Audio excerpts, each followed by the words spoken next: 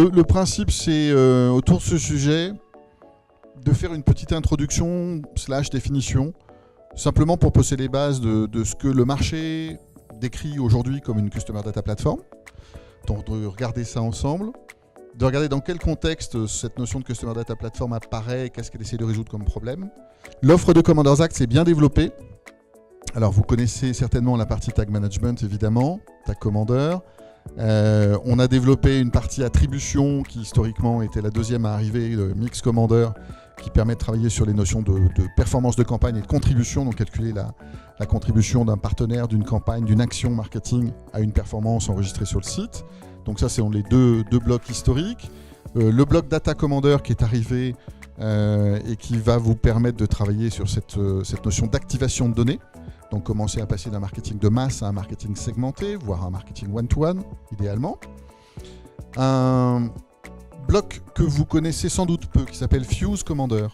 Fuse Commander prend la forme d'un algorithme qui est aujourd'hui embarqué dans Mix Commander et dans Data Commander, et qui travaille essentiellement sur la réconciliation des parcours de navigation. Donc le principe, c'est d'essayer, dans un contexte où nous utilisons tous plusieurs devices, d'arriver autant sur la partie Customer Journey, donc à rebrancher des parcours de navigation qui seraient faits via des desktops bureaux, via des desktops à domicile, via du second écran à la maison, via un téléphone. Donc de bien reconsidérer que c'est la même personne qui est derrière ces actions-là, et donc d'avoir un Customer Journey qui prend en compte les interactions qui ont été faites sur différents devices par une même personne. Donc essayer de réconcilier un petit peu les identités. Donc on l'applique comme ça sur la partie Mix Commander, et évidemment on en a le même usage sur la partie Data Commander, puisque on essaye de comprendre ce qu'une même personne a pu voir sur le web, mais aussi sur un iPad, via son téléphone, et si elle a envoyé des signaux d'appétence pour un certain nombre de produits, d'essayer de rassembler tous ces signaux pour avoir un profil aussi complet que possible. Voilà. Donc c'est un produit qu'on met à l'honneur parce que cette compétence autour de la réconciliation des identités, c'est un enjeu important sur le marché, et puis c'est quelque chose qui donne beaucoup de valeur au fonctionnement des deux produits Mix et Data, mais que vous entendrez, que vous ne pourrez pas voir, entre guillemets, puisque ça prend la forme d'un algorithme. Et puis le dernier produit qu'on a lancé, alors qui était à la fois un des premiers et puis qui est désormais un des derniers aussi, c'est Trust Commander. Donc c'est la marque qui abrite notre offre sur la privacy. Donc la mise en conformité avec une des dimensions du RGPD, qui consiste à recueillir le consentement en ligne des visiteurs avant d'exécuter ou de collecter de la donnée personnelle, d'exécuter des tags et de collecter de la donnée personnelle. Alors c'est un produit qui existait déjà depuis 2012, on a de longues collaborations avec nos clients, puisque dès 2012 vous deviez respecter un certain nombre de dimensions légales. Simplement le marché avait quand même mis beaucoup de temps à adopter ces dimensions-là, donc à l'occasion du RGPD, ça a été fortement relancé. Et donc on a décidé de marketer cette offre sous le nom de Trust Commander, et puis de permettre à des clients, alors qui n'utiliseraient pas Tag Commander comme solution de tag management, de pouvoir brancher cette partie Trust sur un GTM, sur une autre solution du marché, ou sur même un site qui n'aurait pas de tag manager, mais des tags éparpillés. Voilà. Alors pour rentrer dans notre sujet, alors voilà, ça c'est un peu la réaction de l'équipe marketing ou du dirigeant ou du CEO quand il apprend qu'il y a un nouveau truc à 3 lettres qui est sorti sur le marché. Il venait à peine de finir de se brûler les ailes avec la DMP, puis on lui dit qu'il y a une CDP qui sort avec un nouveau concept, etc. Alors qu'est-ce qu'une CDP? Deux choses. Je vous ai mis d'abord un petit schéma qui est un classique de Gartner, qui s'appelle le Hype Cycle, puisque Gartner a considéré avec son expérience qu'effectivement il y avait parfois un peu de buzz, un peu de surexcitation dans ce marché de la tech. Donc vous voyez le positionnement en jaune de la Customer Data Platform qui est au sommet, et puis de la Data Management Platform que j'ai pris comme point de comparaison quand même, parce que la DMP c'est la dernière grande expérience du marché autour de la donnée. En tout cas c'est la dernière que vous avez pu vivre. Alors c'est un schéma qui est évidemment centré sur les États-Unis, même si Gartner essaie de prendre en compte l'état de la demande sur le marché européen. Mais en tout cas, c'est un marché c'est des données souvent qui sont plus US. Donc on peut volontiers imaginer que la Customer Data Platform, elle est plutôt ici, à cet endroit-là, aujourd'hui en Europe, en train de monter, et que la Data Management Platform est plutôt ici, ou voire au point le plus bas, selon l'image que vous avez en ce moment. Mais c'est plutôt cet axe-là. En tout cas, ce que vous voyez, c'est que la notion de DMP et la notion de Customer Data Platform sont deux notions différentes pour Gartner. Vous verrez qu'il y a quelques points communs, mais que néanmoins, ce sont bien deux objets différents dans l'évolution du marketing et de la tech pour le marketing. La citation qui est à côté est la définition de la notion de CDP, mais on va revenir dessus avec ce petit gros plan. La première dimension, c'est que ça reste un outil qui est perçu pour être utilisé côté market. Alors dans notre univers, quand on dit que c'est utilisé côté marketing, c'est évidemment avec le soutien des équipes techniques. Il n'y a aucun outil qui se met en place seul et uniquement par les équipes marketing, mais en tout cas c'est un outil dont l'ownership est côté marketing. Donc on reste sur la prise de contrôle de la donnée par les équipes marketing. La deuxième idée, qui est sans doute l'idée la plus importante et la plus centrale, c'est cette idée d'unification. C'est-à-dire qu'aujourd'hui, vous jouez sans doute, ou autour de vous existe un certain nombre d'outils, de plaques technologiques qui sont gérées ou gouvernées par des départements différents, par des équipes différentes, et qu'il manque un trait d'union entre ces différents systèmes. Donc c'est l'enjeu de la CDP d'arriver à agréger, entre guillemets, à être peut-être, pour reprendre un vieux terme, la glue qui va pouvoir se mettre en place autour de ces différents systèmes pour les faire fonctionner ensemble. Il ne s'agit pas évidemment de remplacer tous les outils, ce n'est pas forcément des objets qui sont en compétition les uns avec les autres, mais c'est plutôt l'idée d'aller compléter les zones de faille, entre guillemets, qu'on peut repérer. La troisième dimension importante, c'est la notion de données clients. Donc la donnée client dans l'entreprise, c'est sans doute, tout le monde en a. Finalement, quand on pense à ce marché de la donnée, il y a énormément de données partout dans toutes les organisations. En revanche, elles sont énormément éclatées. Elles sont dans des silos, dans des technos, dans des systèmes, dans des logiciels gérés par des départements, etc. Et finalement, cette capacité ou cette envie de construire ce profil 360 réunifié, c'était une belle idée, mais c'est quelque chose d'assez compliqué à mettre en place. Donc il y a bien un enjeu à cet endroit-là. Et cet enjeu, il prend d'autant plus de sens qu'on va essayer en ce moment de travailler l'expérience client. Et on essaye de proposer une expérience client aussi pertinente que possible. Pour la créer, il faut savoir à qui on parle. Pour savoir à qui on parle, il faut avoir réuni l'ensemble des blocs d'informations qu'on a sur un profil. Voilà. Donc c'est l'enjeu marketing classique sur lesquels vous travaillez tous en ce moment, mais c'est cet enjeu qui est derrière. Marketing other channels, simplement parce qu'effectivement dans une organisation il y a du support client, il y a du CRM, il y a du trade marketing, il y a de la BI, il y a des call centers, il y a des solutions d'envoi d'email, il y a des réseaux sociaux. Enfin voilà, chaque fois derrière il y a un outil qui permet d'optimiser, ou il y a un certain nombre d'outils qui permettent d'optimiser le traitement de ce channel. Et ce channel, il est pensé un petit peu en silo chaque fois. Donc se pose la question chaque fois de la réagrégation et de la récupération des informations. Donc c'est un point qui est aussi assez important et assez perturbant pour les organisations aujourd'hui.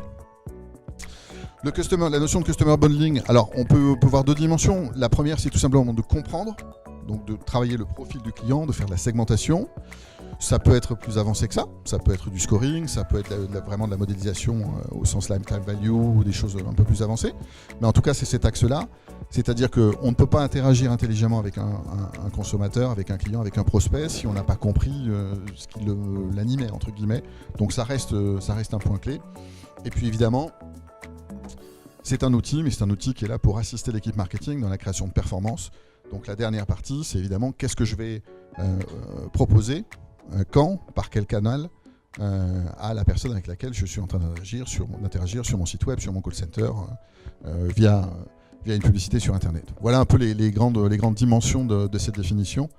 Le point, si vous devez en retenir qu'un seul, c'est cette notion d'unification, qui va vraiment, je pense, être le cœur le pilier principal de l'offre de la partie CDP dans les mois qui viennent. Mais si on descend d'un cran, comment est-ce que ça marche? Donc on a repris un petit schéma, alors volontairement de Gartner justement, pour ne pas déformer la vision que Gartner propose au marché.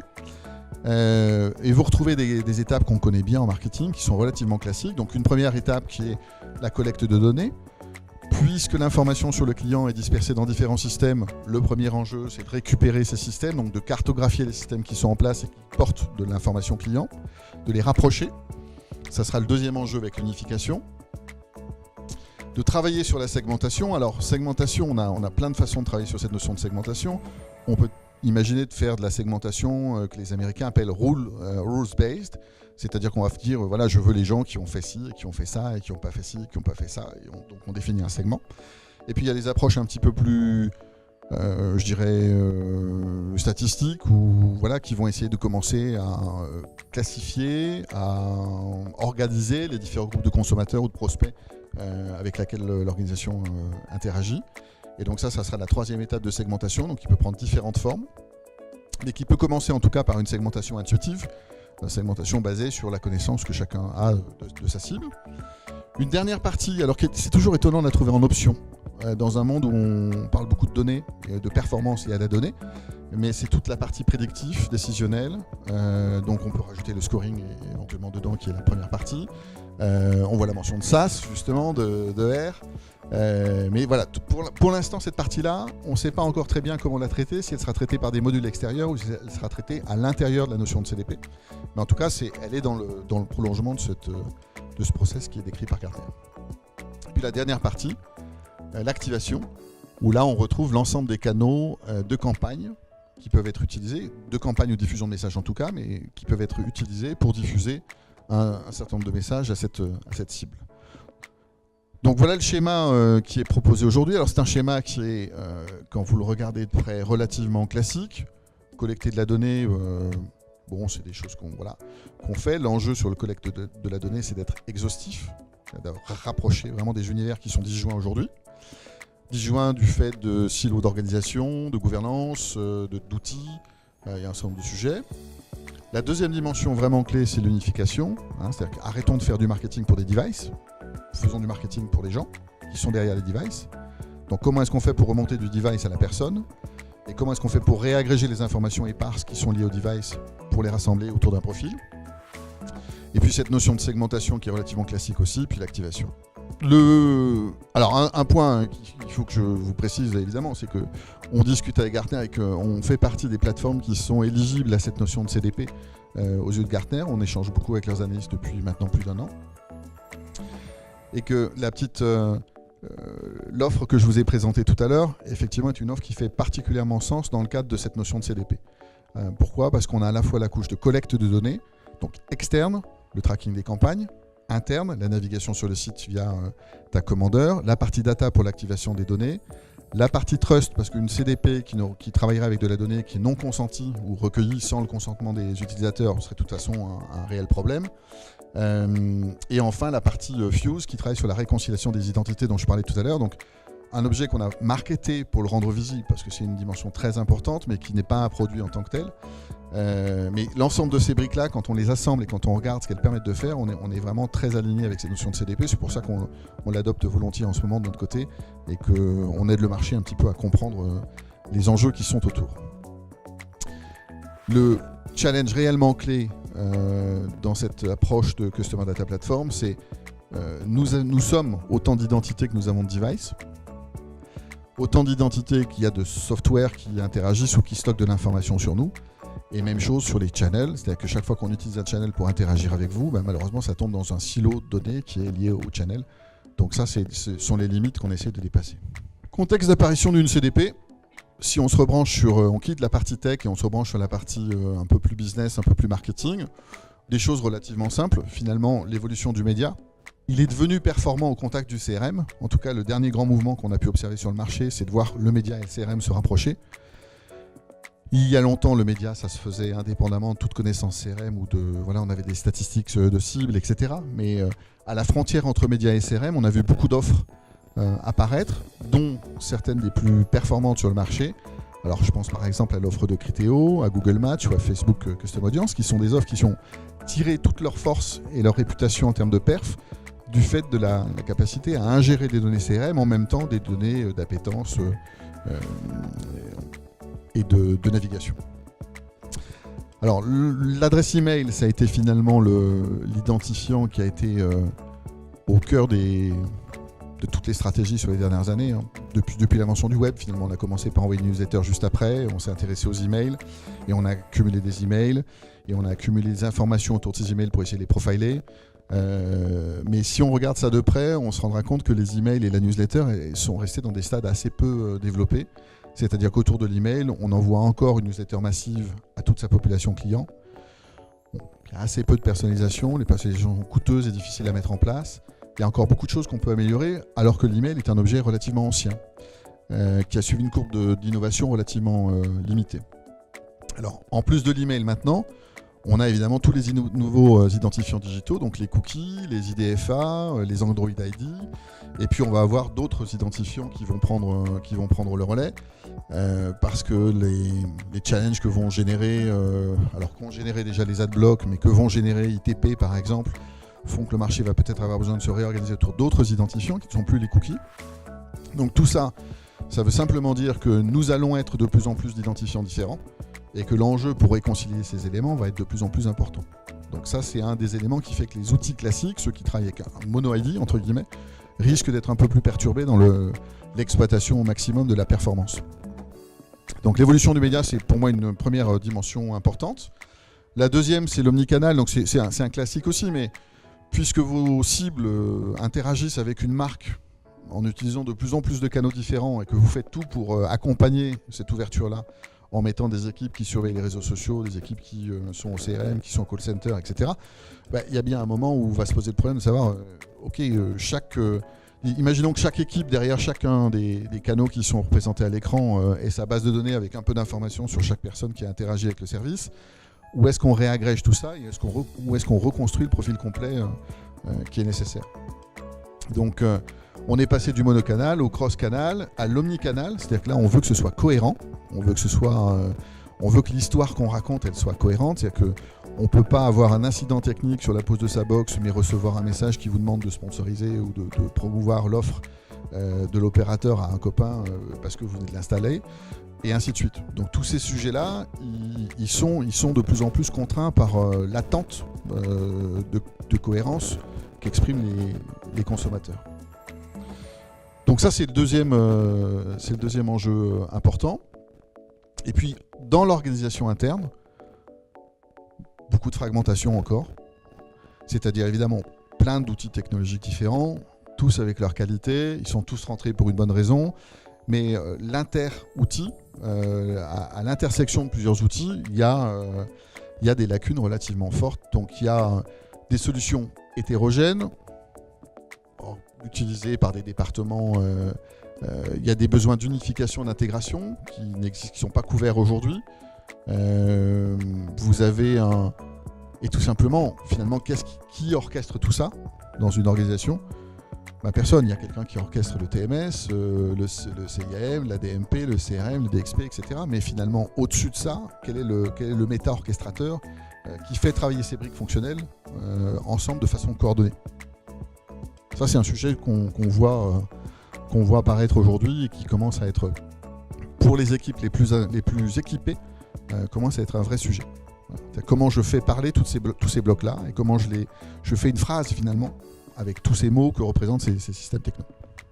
Voilà, donc ça c'est les quatre grandes dimensions qui à mon avis donnent du sens effectivement au problème qu'essaie de résoudre la CDP.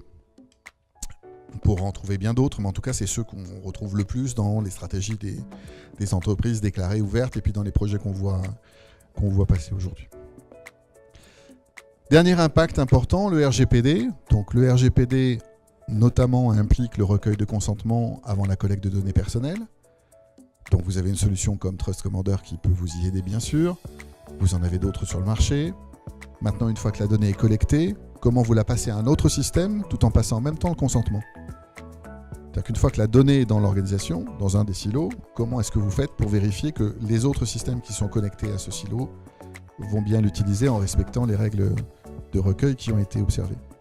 Donc ça encore, ça milite pour une base centrale et cette position centrale et d'unification qui est importante avec des opt-out qui sont clairs, uniformes dans une base unique et qui alimentent tous les systèmes. Ça reste une dimension qui est aussi importante dans l'analyse du contexte d'apparition de la CDP. CRM, DMP, CDP, finalement, c'est les trois outils, quand on a commencé à travailler dessus, c'est les trois outils dont on a considéré qu'ils étaient très très proches les uns des autres et qui pouvaient donc justement créer un peu de complexité à percevoir les enjeux et les notions. Alors, le système CRM, on est bien d'accord, on est sur des données PII, personnelles.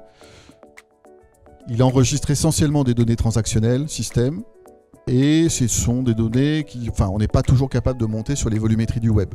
Les systèmes CRM, tels qu'ils ont été établis, savent gérer 1 million de consommateurs, savent pas forcément gérer 20 millions de visiteurs par mois, plus ceux du mois suivant, plus toutes les pages qui ont été vues. Enfin, c'est pas tout à fait des systèmes qui ont été pensés comme ça. Ce qui ne veut pas dire qu'ils ne savent pas le faire dans certains cas, mais en tout cas, on arrive à une limite technique dans la conception du système. Et puis le système CRM, le plus gros reproche qu'on pourrait lui faire, en tout cas aujourd'hui dans l'usage qui en est fait, c'est que manquent toutes les données comportementales. Web, mobile, c'est-à-dire tous les signaux qui sont envoyés par un visiteur qui navigue sur un site ne sont pas intégrés et rapatriés dans le système CRM pour faire de la prochaine interaction CRM avec cette personne quelque chose de plus pertinent. Vous avez regardé tel produit, vous vous êtes intéressé à telle catégorie, vous avez comparé ces produits-là, etc. Finalement, tout ça, c'est une information qui s'évapore. Alors que faire venir quelqu'un sur un site, notamment avec du SIM en ce moment, ça coûte de plus en plus cher et donc les enjeux de coût d'acquisition et d'optimisation sont importants. Et pour terminer sur le CRM, on est sur une clé qui est surtout email, téléphone, adresse postale, enfin voilà les éléments classiques qu'on a pu connaître. Donc ça c'est une photo de ce qu'on peut, enfin du CRM aujourd'hui, avec évidemment, j'oublie plein de choses, mais les 4 grandes dimensions qui me semblent importantes pour faire cette comparaison. La notion de DMP, la notion de DMP, c'est surtout un système qui est fait finalement pour les gros investisseurs en programmatique. Et les gros investisseurs en programmatique, quand vous regardez le marché français ou même le marché européen, vous vous rendez compte que ce n'est pas forcément un grand nombre de sociétés. Donc on est quand même sur un usage qui est de plus en plus concentré sur la partie média, avec des attentes fonctionnelles qui deviennent de plus en plus marquées. On est sur l'enrichissement, finalement quand on discute avec des spécialistes de ces sujets-là, ils nous disent finalement une DMP, ça choisit avec 2 critères clés. C'est quoi le taux de synchro avec les DSP ? C'est-à-dire si je veux toucher 100 cookies qui sont venus sur mon site, quelle est la probabilité que je retrouve ces 100 cookies chez AppNexus, chez Google, chez etc. Premier sujet. Et deuxième chose, est-ce que je peux accéder à de la donnée tierce ou à de la seconde partie ou enrichir les profils des cookies qui sont venus sur mon site via des partenariats et des connexions avec d'autres bases. Finalement, ces 2 grandes dimensions, elles permettent de choisir une DMP. Donc on est sur un axe extrêmement média. On est sur des données plutôt anonymisées, et encore plus anonymisées depuis qu'on est sous le RGPD. Et on va plutôt parler de segments, de profils, mais on ne va pas avoir un nom et un prénom dans une DMP, on ne va pas avoir d'informations personnelles, donc on ne va pas pouvoir faire d'usage de ces infos personnelles comme on pourrait le faire dans le système CRM. Et concerne peu de monde à l'échelle du marché français. Alors moi je ne suis pas du tout en phase avec les articles qui sont sortis pour critiquer la notion de DMP. Vous les avez vus, il y avait le journal du net, il y avait ces annonceurs qui font marche arrière, etc. Je trouve que c'était là aussi un peu facile.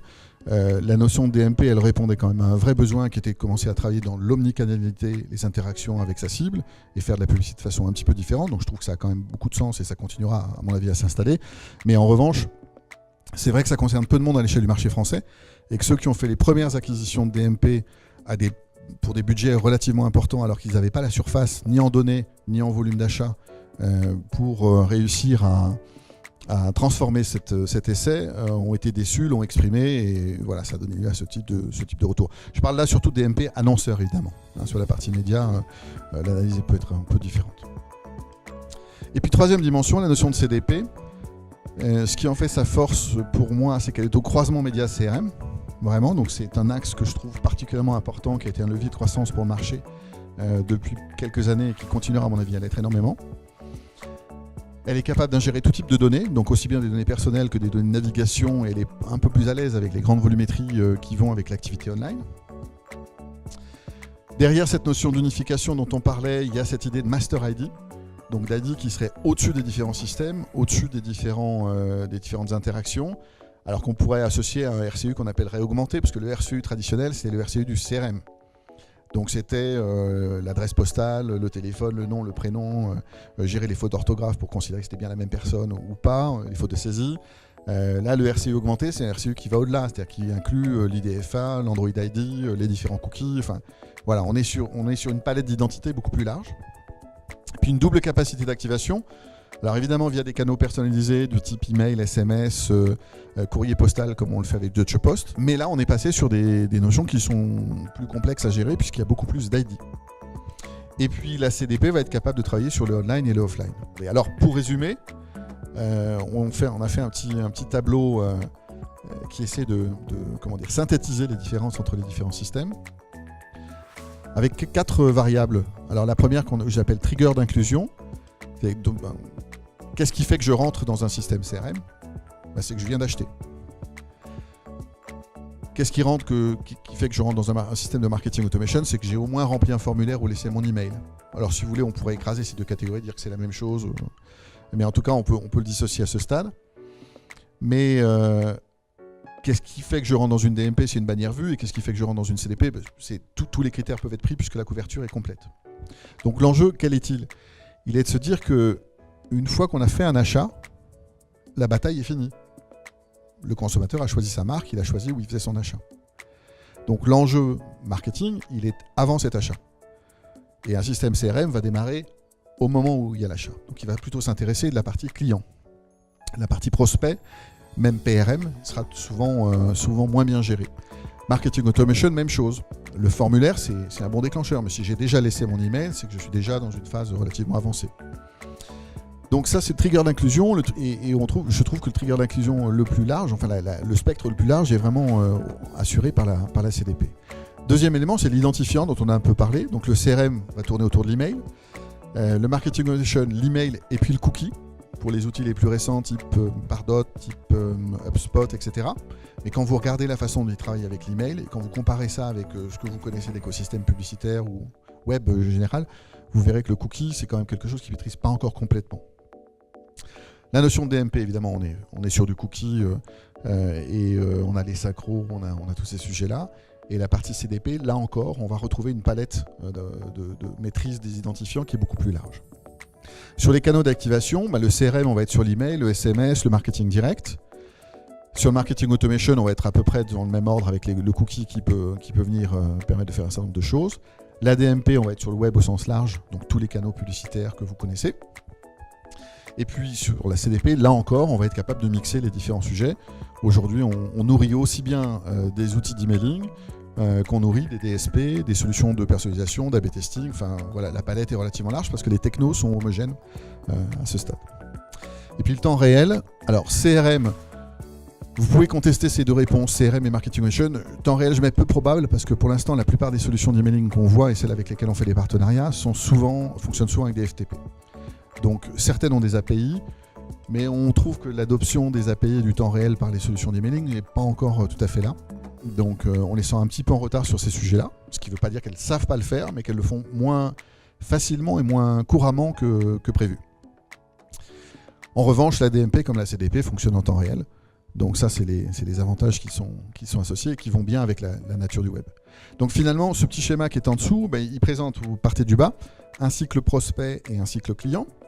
Donc le cycle prospect, on est avant le premier achat. Et avant le premier achat, c'est un peu, l'analogie entre CDP et CRM, si je devais le résumer, c'est un peu la photo et la vidéo. Qu'est-ce que fait l'appareil photo ? Il prend une photo au moment de l'achat. Ça, c'est le système CRM. Donc il va effectivement stocker toutes les informations sur le premier achat, démarrer le cycle de vie client avec tout le programme d'accompagnement et d'accueil relationnel qui a été imaginé, donc faire monter le client en valeur, le faire réacheter, etc. Tout ça, c'est tout à fait vrai et c'est un rôle essentiel. Mais en revanche, entre deux achats, mis à part envoyer des messages et voir si ça réagit, le système CRM est aveugle. Il y a toute la navigation online, toutes les interactions avec le marketing et le matériel de la marque. C'est pas quelque chose qui rentre facilement et naturellement dans un système CRM, alors qu'il est capté par un système type CDP et que ce système CDP va permettre ensuite d'aller exploiter cette information-là. Donc voilà un petit peu c'est une façon de résumer aujourd'hui le positionnement entre ces trois outils, CRM, CDP et puis DMP. Et une première lecture qui est ouverte à critique, à discussion, à débat sur la façon dont cet outil peut apporter de la valeur ou pas au stack existant. Donc moi c'est Caroline Sloss et je suis chef de projet data management au sein du CMNE, donc Crédit Mutuel Nord-Europe, depuis 2 ans et demi bientôt. Alors, on retourne un petit peu en 2016 pour refaire une remise de contexte, vous expliquer un petit peu pourquoi on en est arrivé à utiliser une CDP. En fait, ce qu'on s'est aperçu, c'est qu'on avait une baisse de trafic physique au sein de nos agences bancaires. En fait, 21% de nos clients se rendaient en agence très régulièrement. De ce fait, nos conseillers n'avaient plus de point de contact avec leurs clients. Ils ne pouvaient plus détecter des moments de vie, des centres d'intérêt. Tiens, ma fille va se marier, elle va acheter une maison, elle va acheter une voiture, et leur proposer justement des produits en adéquation avec leurs attentes. Donc voilà, on n'avait plus ce point de contact. Ensuite, on a eu l'arrivée des nouveaux acteurs dans le secteur bancaire, donc les pure players. Et puis, ce qu'on s'aperçoit aussi, c'est qu'on avait 97% du trafic naturel sur le site qui venait consulter ses comptes. Donc beaucoup de nos clients viennent peut-être tous les jours consulter son compte bancaire en ligne. Donc c'était une mine d'or d'informations pour nous. Donc il fallait qu'on puisse collecter cette donnée et en faire quelque chose pour réamener du trafic physique en agence. Alors, les objectifs, comme je vous le disais, c'était du digital au physique, apporter des opportunités commerciales au réseau pour continuer à faire travailler nos agences, détecter les nouveaux projets des clients, personnaliser l'expérience client, donc comme toujours, apporter le bon message à la bonne personne au bon moment. Proposer le bon produit et puis cibler des nouveaux potentiels qu'on n'aurait pas pu cibler sans une CDP. Donc voilà, offrir un conseil hyper personnalisé au moment le plus opportun par la détection des intérêts de nos clients avant qu'ils ne se manifestent. L'objectif, c'est de collecter. Alors, on collecte via le site internet, on peut collecter aussi via l'application mobile, via des emails, via l'achat média, les campagnes publicitaires qu'on a pu faire. Ça remonte dans la CDP. C'est traité, agrégé, qualifié. Donc, nous, on fait pas mal de segments qu'on teste aussi régulièrement. Et puis après, on active derrière ces segments. Alors, on les active, je vais vous expliquer 3 cas d'usage juste après, mais ça peut être via de l'emailing, de la personnalisation sur le site, du télémarketing, voilà. Je voulais juste vous préciser le contexte du Crédit Mutuel Nord-Europe. On ne dispose uniquement des données de navigation du site. Notre CDP n'est pas connecté à notre système d'information. Aujourd'hui, on n'a pas les données. On ne sait pas dire ce client a souscrit une assurance auto à telle date. On n'utilise que sa navigation. On peut dire il a été sur telle page ou telle page. Et ensuite, pour reconnaître les clients dans la CDP, on a mis un alias crypté, puisqu'on est une banque, donc tout doit être sécurisé et crypté. Alors, au niveau de l'historique, quand est-ce qu'on a décidé de mettre en place une CDP ? Alors d'abord, on a déjà de 2014, on avait déjà en tête, on pose les bases du projet, on conceptualise, on réfléchit, comment on va s'y prendre, qu'est-ce qu'on va faire. En 2015, on met en place l'écosystème technique. 2016-2017, commence la collaboration avec Commanders Act. On consolide l'architecture de données et on lance les premiers cas d'usage mi-2016 et le télémarketing également, en juin 2016. Je vous expliquerai juste après.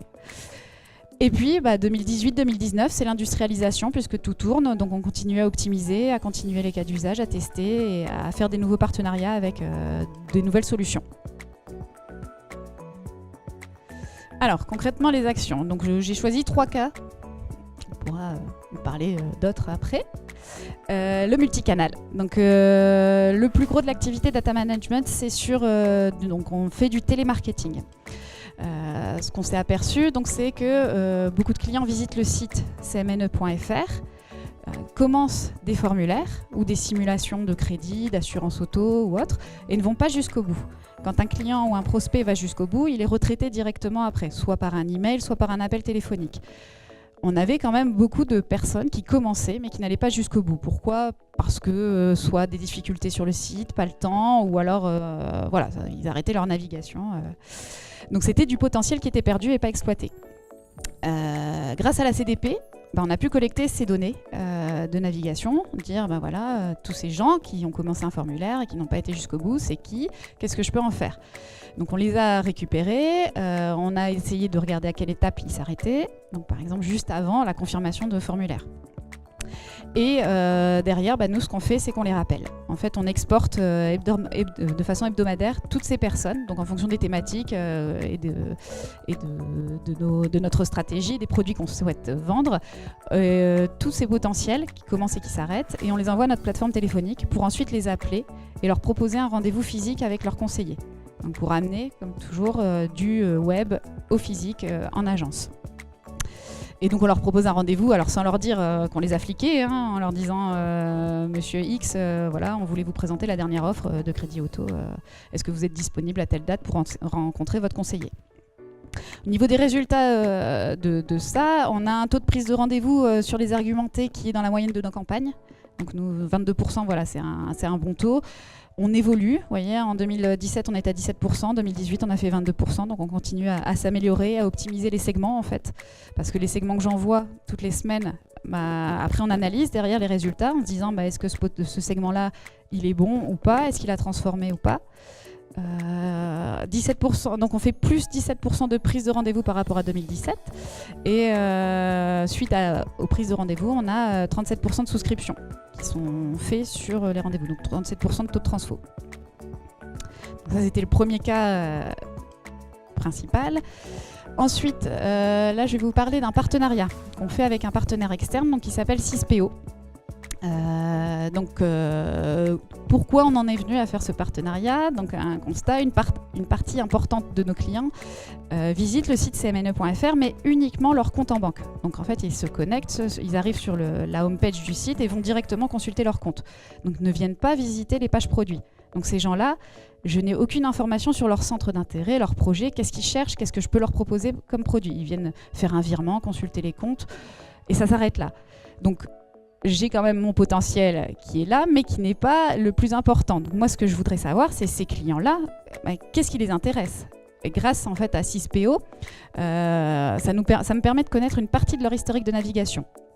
Donc je sais, 6PO m'envoie en fait l'information de se dire, tiens, tel cookie, dans son historique de navigation, il a consulté des pages ou des sites sur du crédit auto, du crédit conso, de l'assurance habitation, de l'assurance auto. Et donc moi ça, en fait, comment ça se passe, c'est que je pose un tag 6PO sur le site cmne.fr via tag commandeur et derrière 6PO m'envoie l'information donc, qui arrive dans la partie data commander et là je crée des segments. Dans ces segments, je dis voilà, donne-moi tous ceux de 6PO qui ont un centre d'intérêt assurance habitation. Et ces gens-là, pareil, on les appelle et on crée du rendez-vous avec ces gens-là. Donc c'est du potentiel en fait supplémentaire qu'on n'aurait pas eu sans ce partenariat-là.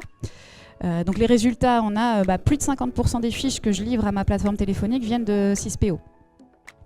Et un taux de prise de rendez-vous de 20%. Bon, on est sur une moyenne de 22%, donc on va dire on est un petit peu en dessous de la moyenne, mais c'est du potentiel que j'aurais pas eu si j'avais pas fait ce partenariat-là. Encore des petits chiffres, 54% des rendez-vous pris sur 2018 pour mon activité viennent de 6PO, donc au global, donc c'est plus de la moitié des gens qu'on appelle et qui font des rendez-vous, et 37% des souscriptions, c'est 6PO qui me les génère. Juste par rapport à la technique, juste RGPD, tout ça c'est conforme parce que je vais juste préciser, on a fait une petite analyse quand même parce que on se demandait si c'était pas borderline de travailler avec eux. À partir du moment où vous dites sur votre page privacy que vous travaillez, enfin comme vous avez un tag Criteo, vous avez un tag Facebook, vous précisez que vous travaillez avec 6PO et que 6PO vous envoie des informations. Après, la manière dont ils traitent les choses, en fait, eux, ils ont une énorme bibliothèque d'images. C'est-à-dire qu'ils vont aller chercher les URL des images de différents sites qui traitent de nos thématiques. Après, ils font ça peut-être avec d'autres clients. Mais moi, je leur dis, voilà, moi, je veux cibler des gens sur l'assurance habitation. Ils vont aller regarder une multitude de sites internet où il y a de l'assurance habitation proposée. Ils vont se constituer une bibliothèque d'images de toutes les images qui sont sur ces sites-là. Et quand la personne elle arrive sur le site du Crédit Mutuel, hop, elle va interroger dans son historique et se dire est-ce que cette image-là est présente dans son historique? Donc l'image qui vient de Le Bon Coin, la rubrique habitation, hop, ça veut dire qu'elle est allée sur cette page-là. Donc je peux envoyer à CMNE l'information comme quoi cette personne a un intérêt pour l'assurance habitation. Voilà. Juste pour vous rassurer. Un autre cas d'usage qu'on a testé, donc c'était l'année dernière. Donc on constate qu'il est difficile de détecter l'attrition et les départs de nos clients. Comment, mis à part aller regarder qui est allé sur la page de je souhaite résilier mon compte ou dans les FAQ, on n'a pas d'autres informations sur le fait du jour au lendemain une personne va partir. Donc on a travaillé avec Meilleure Assurance, qui est un comparateur d'assurance à meilleur taux, pour en fait croiser les cookies des clients Crédit Mutuel Nord Europe avec tous les cookies qui allaient sur ce site. puisque c'est un comparateur d'assurance, donc potentiellement les gens qui viennent comparer leur assurance, ça veut dire qu'ils veulent changer d'assurance ou qu'ils sont à la recherche d'une assurance. Donc on a en fait, on a pareil posé un tag et Meilleure Assurance m'envoyait en temps réel les infos comme quoi, tiens, ce client-là, il est venu sur mon site de comparateur d'assurance. Donc moi j'avais l'information de me dire, tiens, mon client, potentiellement il est sur le départ parce qu'il veut comparer son assurance. Donc derrière, on a testé, on a appelé ces gens-là. Et le résultat, c'est que malheureusement, c'était pas un test concluant parce que au niveau du coût que ça représente, ça nous coûtait plus cher que ce que ça pouvait nous rapporter en gardant un client. Parce qu'en fin de compte, le modèle économique était j'achète tous les cookies de Meilleure Assurance et pas uniquement ceux qui sont communs au CMNE. Donc en gros, j'ai eu moins de 3% de cookies communs entre les deux sites. Donc le modèle économique ne me convenait pas. On a eu 5% des clients détectés qui ont résilié leur assurance sur les 2 mois. Donc ça nous a permis quand même d'avoir cette information-là. Et un taux de prise de rendez-vous sur les argumentés de 12%. Ces personnes-là, on les a appelées. Et donc 12% de rendez-vous sur les personnes qui allaient partir. Et quand même, derrière, on a eu un taux de souscription de 96%. Donc quand on les a eus et qu'on a permis d'avoir un rendez-vous, ça a marché. Mais par rapport à la rentabilité, le ROI n'était pas là. Donc on n'a pas refait ça. Par contre, cette année, ce qu'on va essayer de tester avec eux, c'est de faire de la prospection. Voilà, donc là, c'est un nouveau projet qui va démarrer. Donc justement, j'embraye pour terminer sur les perspectives CMNE avec Commanders Act, c'est de pouvoir intégrer nos scores dans la CDP.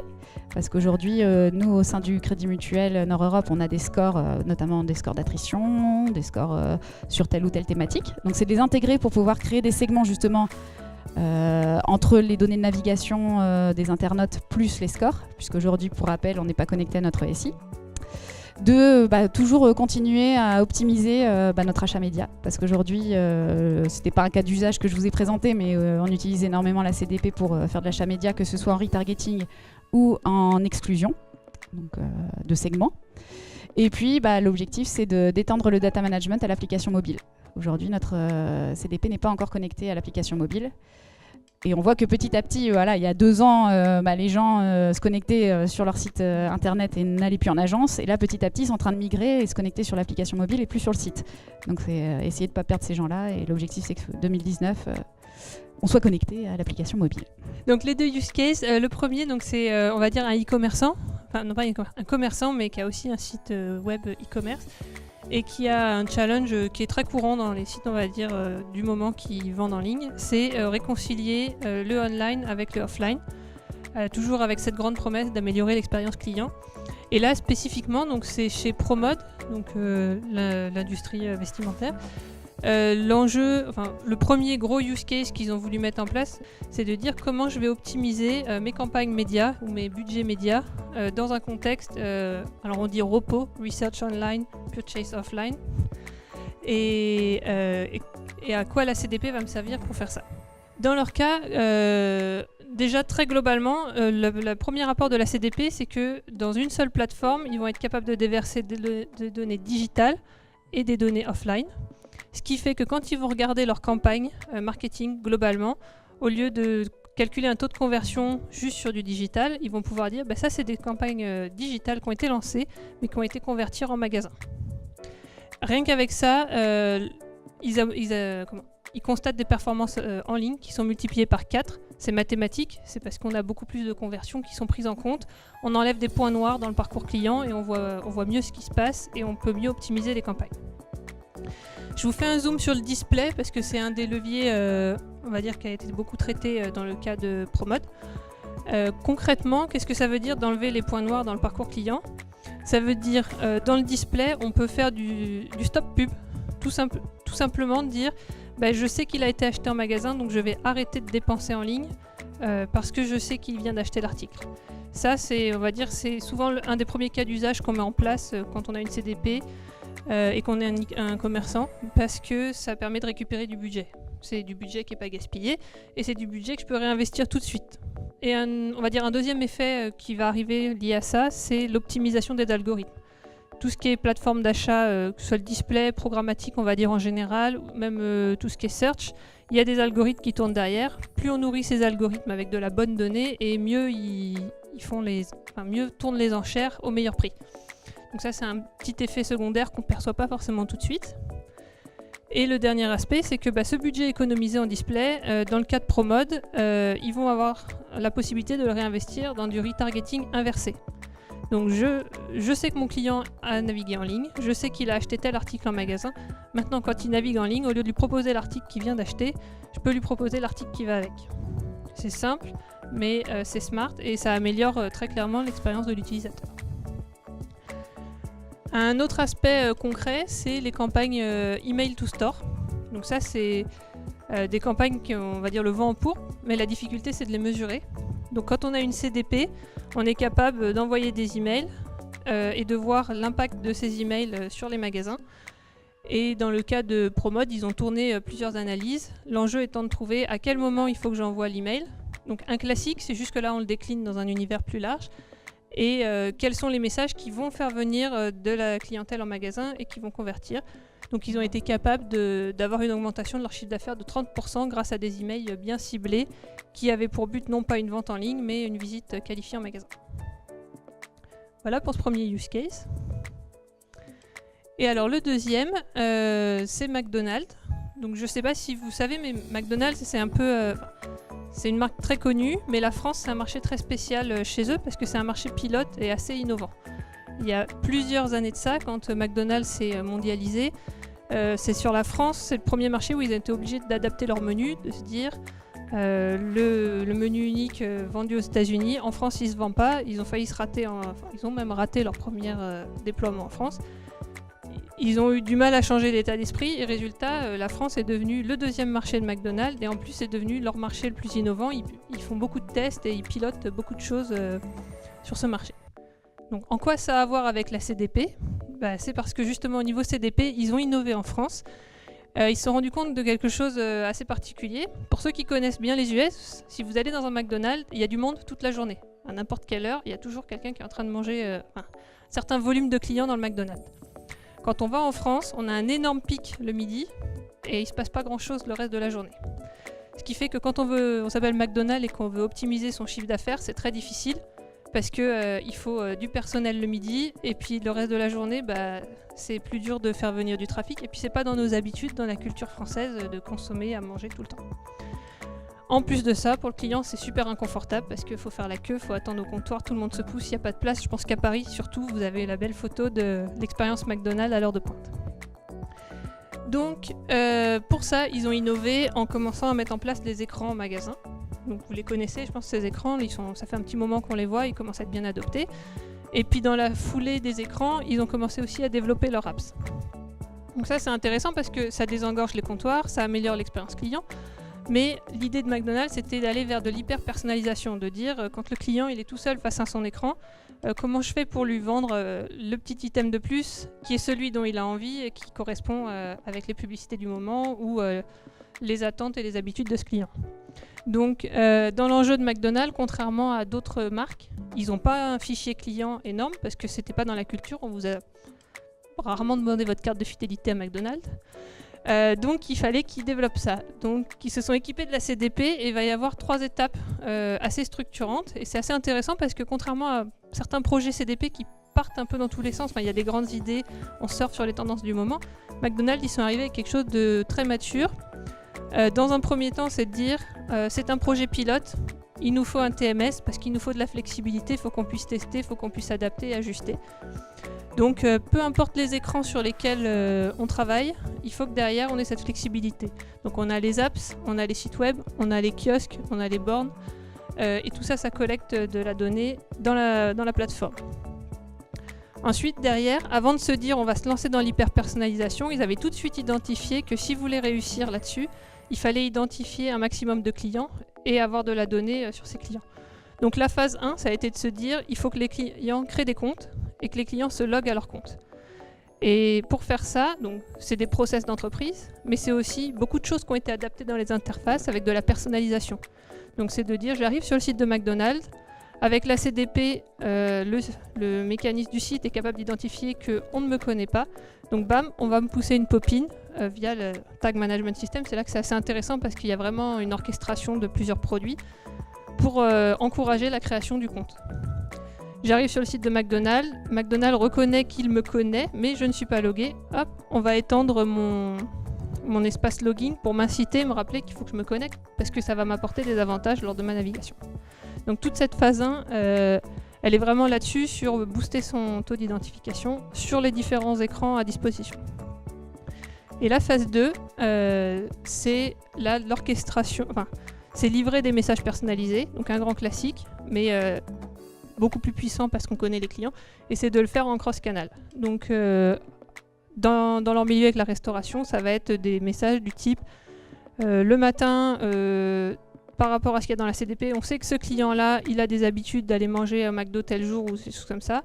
On va lui servir une publicité pour lui rappeler que son restaurant préféré l'attend. Et s'il ne vient pas ce midi, cet après-midi, sur sa tablette, on va avoir un message de rappel pour l'encourager à prendre sa commande. Enfin, c'est orchestré, c'est la mécanique McDonald's. Voilà pour le deuxième use case. Quelques petites photos de ce qu'ils ont fait en termes de... Donc à droite, c'est la personnalisation qui permet de booster les taux de création de compte. Et là, non, à gauche, pardon. Et à droite, c'est des exemples de bannières qui vont servir. Alors la bannière, elle a l'air banale ou massive si on veut, mais en fait derrière, il y a une intelligence pour servir la bannière au bon moment et réagir par rapport à la réaction ou non-réaction de l'utilisateur suite à la visualisation ou même à l'interaction avec cette bannière.